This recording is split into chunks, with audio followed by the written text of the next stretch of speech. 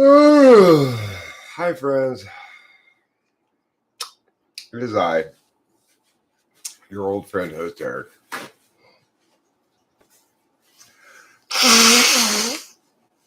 And today I brought with me, good morning, Warren Cuthbert. You'll be happy to hear I brought with me today all of the truth about everything. So that's pretty good. Usually I only bring some of the truth or all the truth about some things, but today I brought all the truth about everything.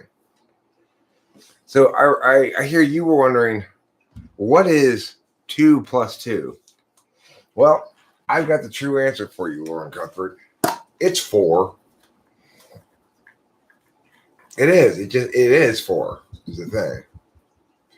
You might doubt that. You might question that. You might wonder. But it is 4. So just stop it already. Just stop fighting with me constantly. That's a just simple question. Don't drop weed on the floor, Eric. That's not cool. That's not a good way to make friends.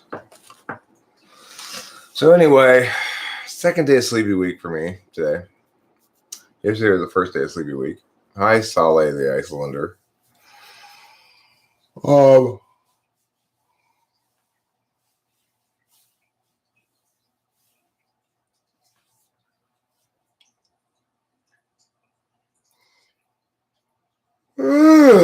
had a weird dream last night that a big rig truck crashed through my house. Very strange dream. And that's true. It doesn't mean I never will. I'm not feeling particularly motivated at the moment, but that might change. My first bong rep of the day. Hi, Paolo. This is an important bong rep.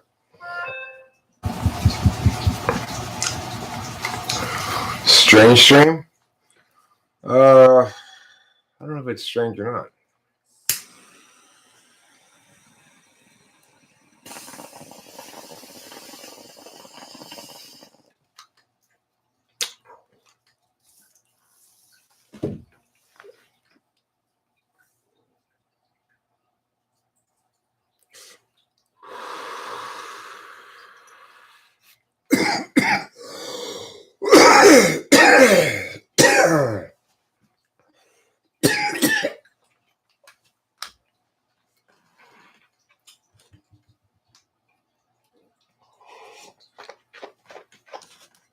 Not much to tell about the dream, really.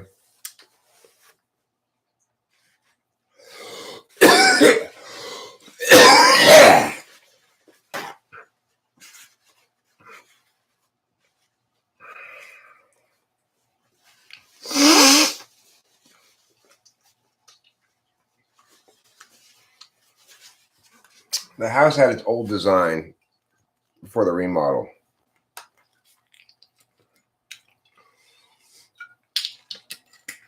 And my dad was sleeping in the old master bedroom. It used to be before they did the remodel. And I was sleeping where I'm sleeping now, which didn't exist before the remodel. So like a combination house between the old house that I lived in until I was 18 years old, and then this house, which is the same lot and everything, but and same basic skeleton of the house, I guess, but it's been remodeled. Anyway, and this big rig truck crashed through our house, and then my dad was like very confused. Like, what's going on? Eric, what'd you do? I said, I didn't do anything. A truck crashed through the house. Basically, it's not really anything else to it.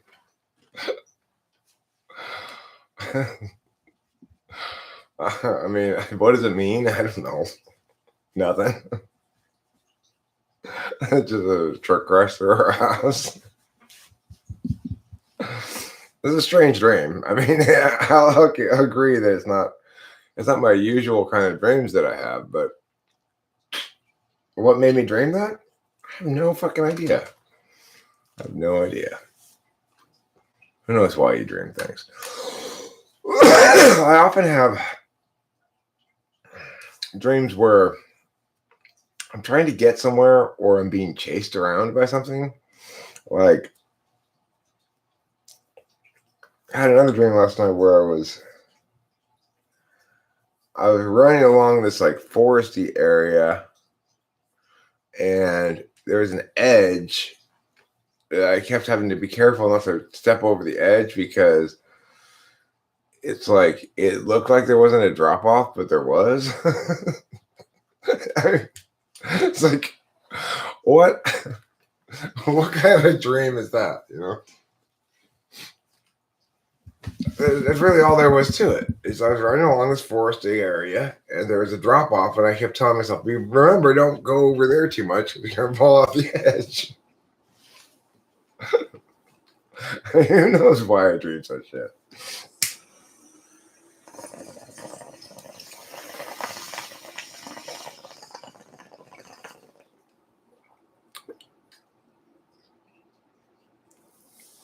Well, that's an interesting dream, Paula.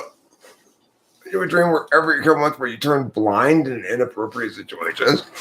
My question, naturally, Paolo, is what's the appropriate situation to turn blind in? When you go down to the Braille library, I guess. You know, Los Angeles has this place called the Braille Institute. And I guess all they do there is convert regular books into Braille books. It's down there, a weed store that we go to sometimes. And then blind people read with their fingertips or touching a bunch of little bumps. Isn't that interesting?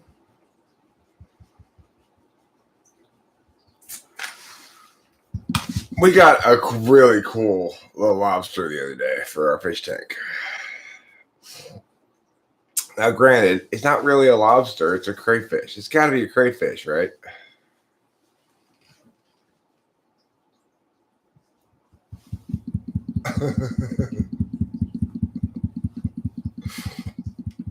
Well, this is the thing. Blind people hate it when you use crazy fonts in Braille.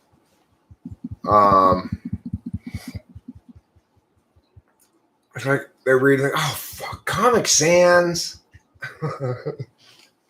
I hate these bumps. I hate the shape of these bumps. That is the worst font in Braille. It's Comic Sans. Turning deaf helps better in a purpose. I mean, I would agree. If I could turn deaf for you, it would be great. I don't have to listen to people's stupid shit. Speaking of, yeah, I don't know if any of you were here the other day when this Red Bar Radio guy came around.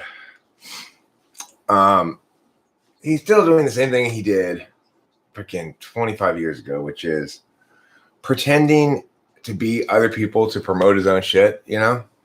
He does that constantly. Like, you have a name like Joe Stevens, and Joe Stevens will come around and talk about how great Red Bar Radio is, you know? Anyway, one of his, I'm assuming, I don't know this for sure, but one of this guy's myriad fake accounts left a couple of comments on one of my videos that I guess probably the one where I watched and listened to Red Bar Radio, and it then became obvious to me, oh, that guy thinks he's an ENTP and wants me to agree with it. He's probably in the SFP. You know, the Red Bar Radio guy is definitely not an ENTP. Never in a billion years. But this comment said basically, it's been really interesting watching the two of you ENTPs develop so differently. It's like, no, dude, you're not fooling me. It's like this. You weren't fooling me 25 years ago. You're still not fooling me. Probably the reason why I hate that guy's show so much is because he's an ESFP. And I hated it 25 years ago, you know? It's like Corey and I both saw right through it. We're just like, oh my God, this person is fucking awful.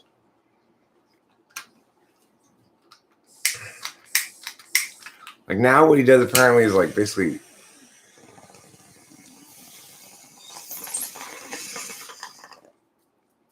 witch burning. Like, oh, we're going to find this.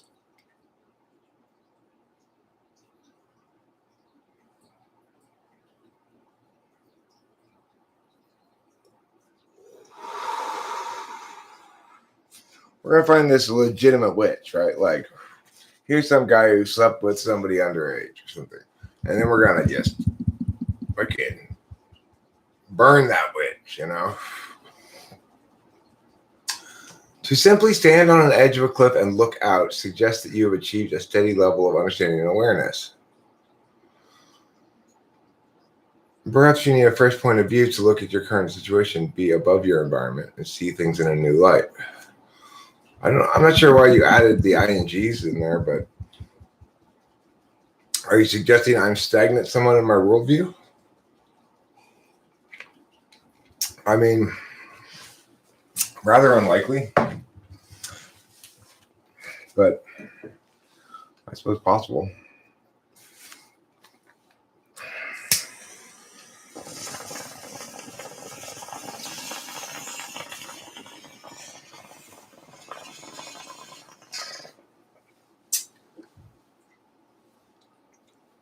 I would say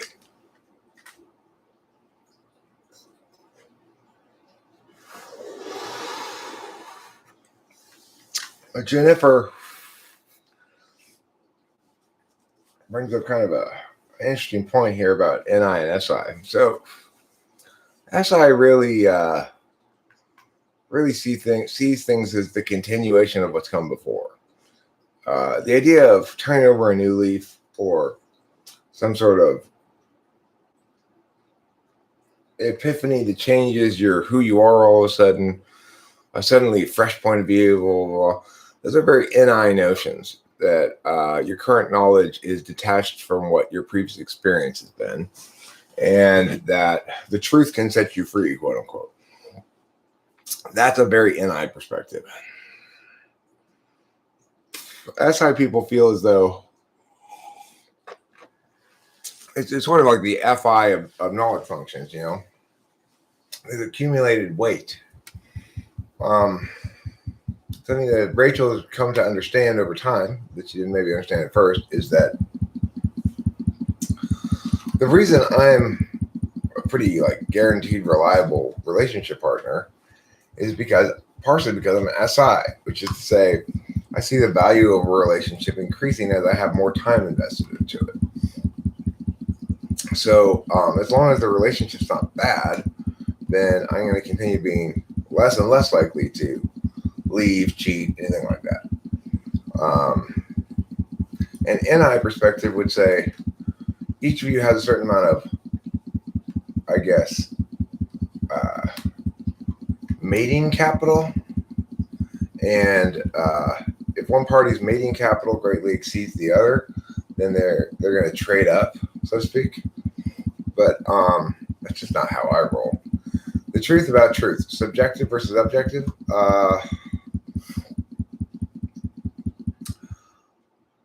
ISTJ. Yes, Boba Fett. Cameron continually references things that happened 20, 30, 40 years ago.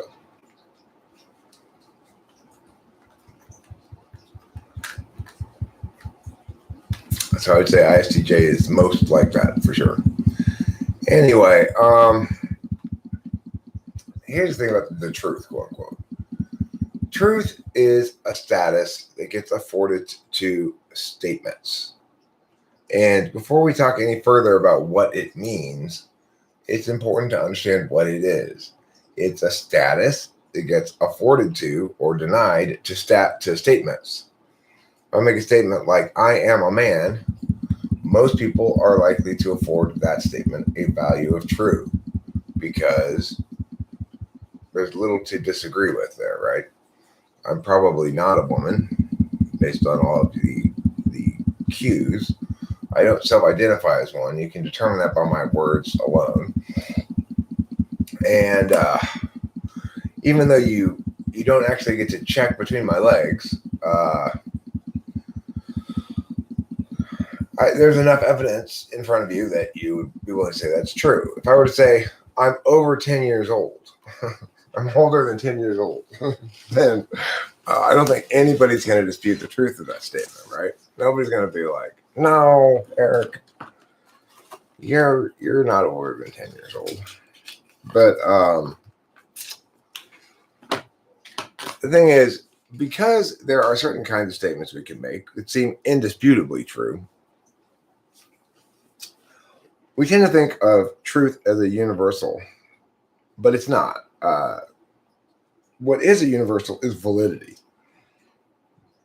So whether or not some statement is valid or not, or presuming it contains some sort of argumentation in it, the validity of the argumentation is universal in the same way that math is. So if A, then B and A, therefore B, universally valid, regardless of what words you put in for A and B. Not universally true. That would depend on what words you put in for A and B, and frames and other things. So, it's like truth is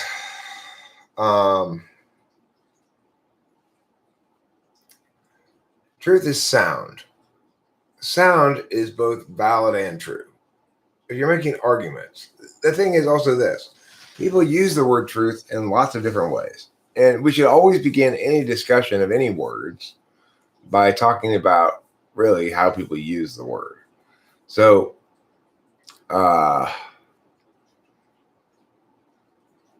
it's used either in argumentation or as kind of like a value that people uphold and appeal to. It's often used to describe things that are not statements. You might say that a painting is very true, or you might say that the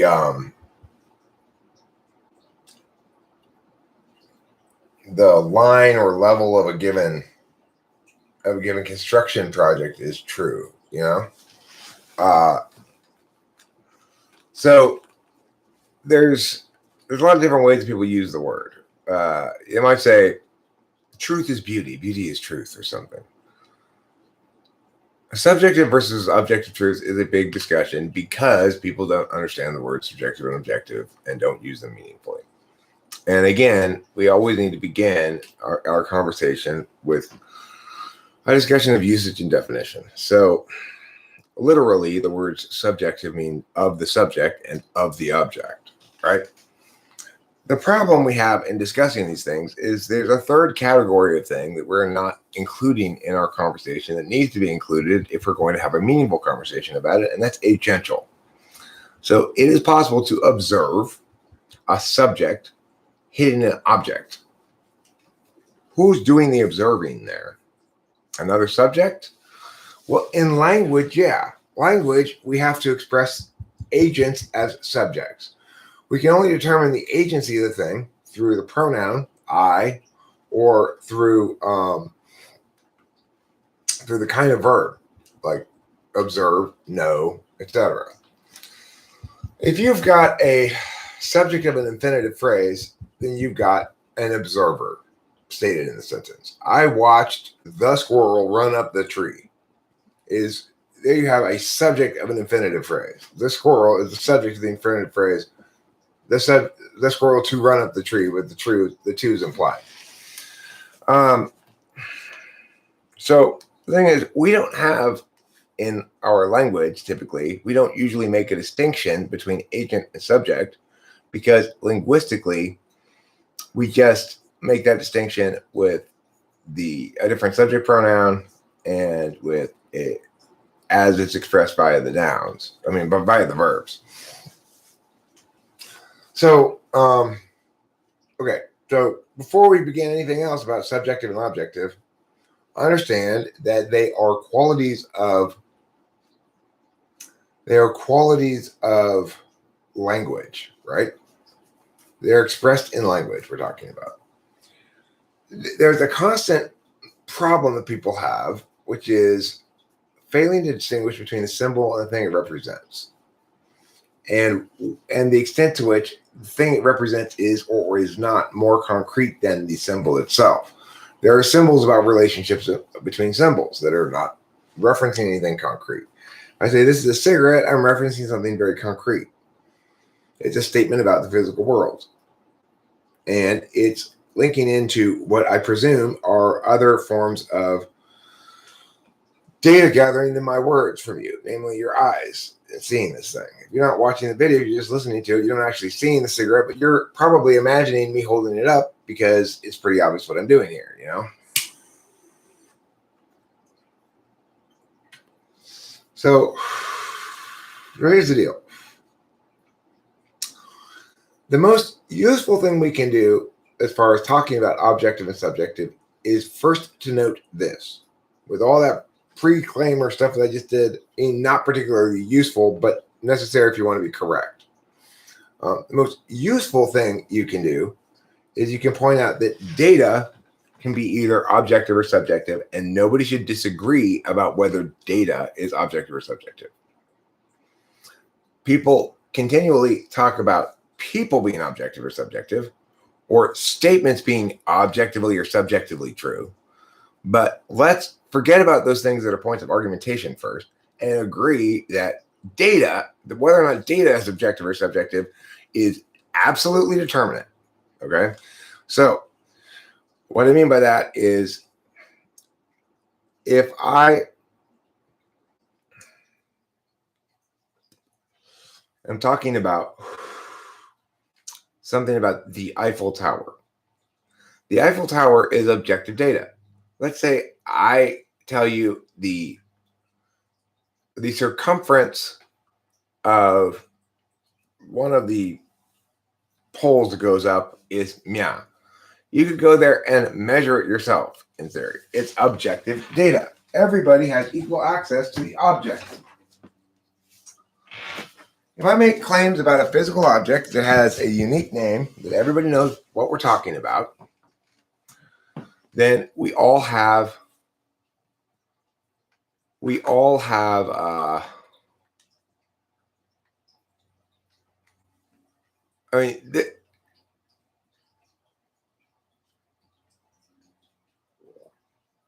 no, math does not overcome anything, okay? Math is the same as any other mapping language. It's a mapping language. And the key to understanding everything about objectivity and subjectivity is exactly what I'm saying right now, okay? So pay close attention if you actually want to understand.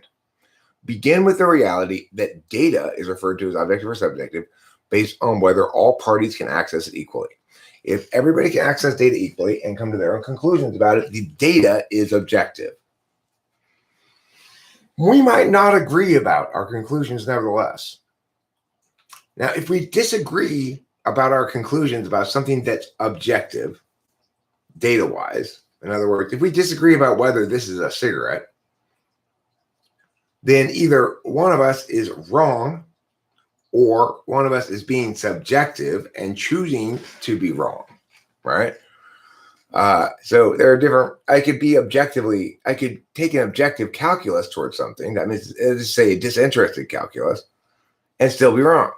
I could take a subjective calculus to something, that's say an interested calculus, and still be right. So, in other words, there's a huge conflation between objectivity, subjectivity, and correctness that people make all the time, which is ridiculous. Just because you're being objective doesn't mean you're correct.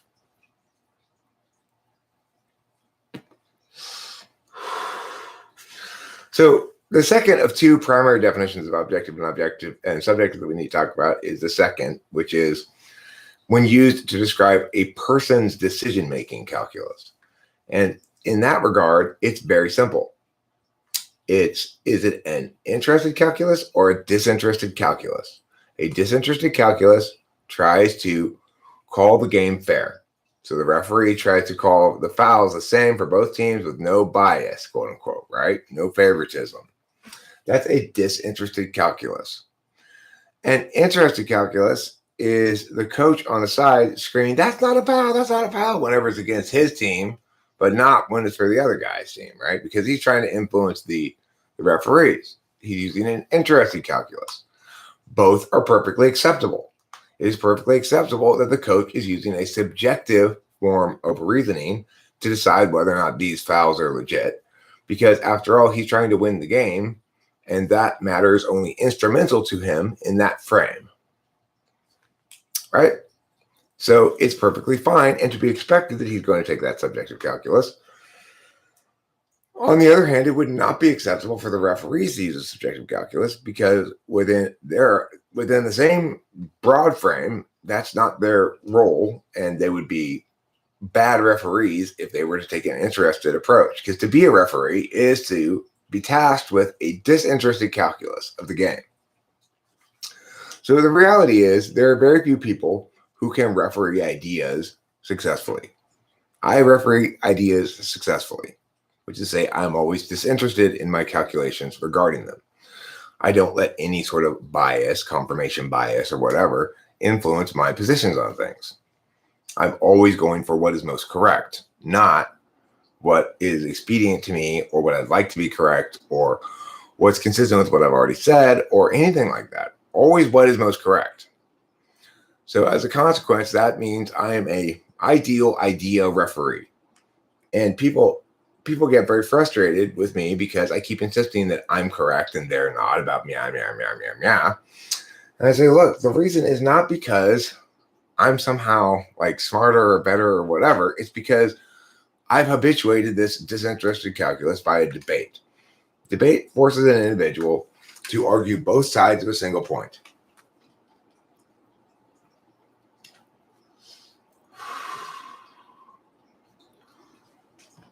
Right. So Boba Fett makes a very good point here. That the reason math can be so determinate in the same way that validity is determinate is because it doesn't define the variables. It doesn't define the units in this case, right? So 1 + 1 = 2 only if they're two of the same things.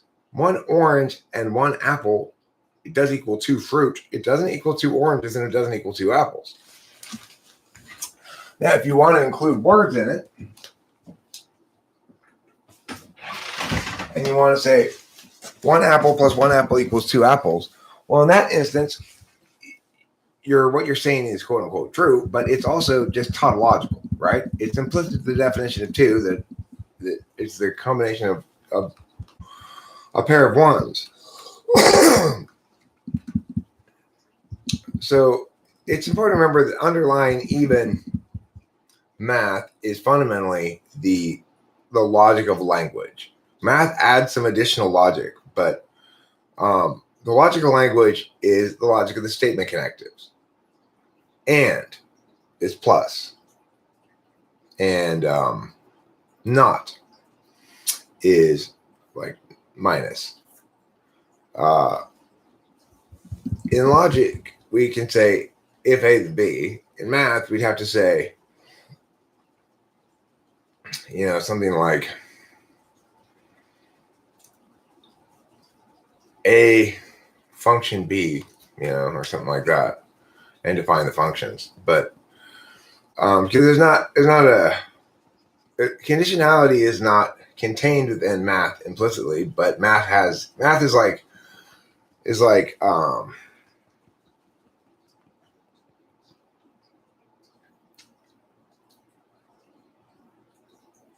a meta language in that you can, any functions that aren't in it, you can define.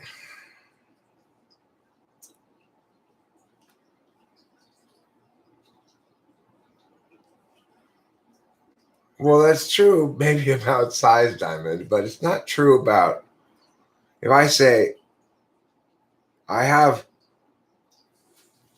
here's an orange. You can have this one, or I have 2 if you'd like.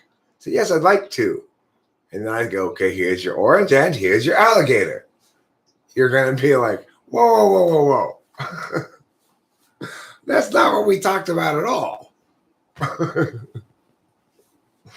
Right? Would you like two? Well, sure. One and an alligator. Two. Watch out, it bites.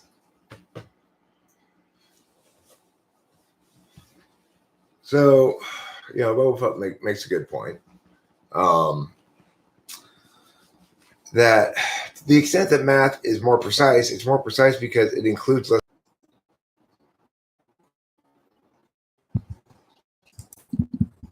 Okay, now, there's a relationship between the universality of the truth, something, quote unquote. It should be fixed now. Sorry about that. I disconnected and reconnected.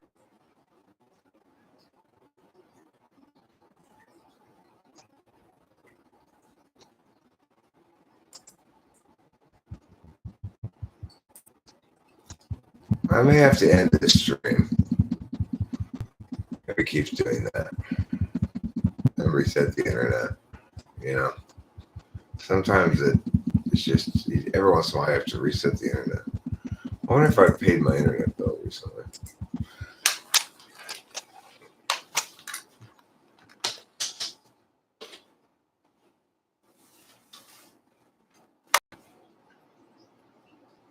My account. Log in.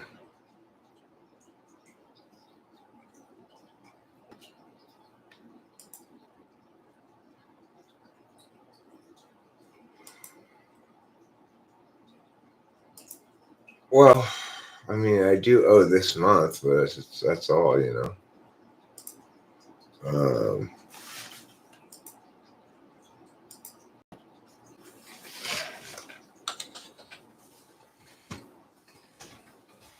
Let me look at my security code. Yep. I remembered it all right. All right.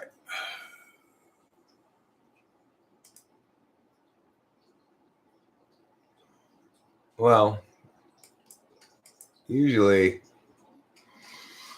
often enough, I will wait until 2 months add up before I pay the bill. But this time, I paid it already last month, so I don't know what the problem is. Probably I just need to reset the internet. Seems to be going fine right now, though, so I'm going to continue discussing this matter of truth, which is kind of an important one to talk about. People are... So Boba Fett says, let me throw out a topic. Trump is a fascist. Say, how do you resolve that between people on opposite sides of the yay and the nay there? I mean, my response to that would be, am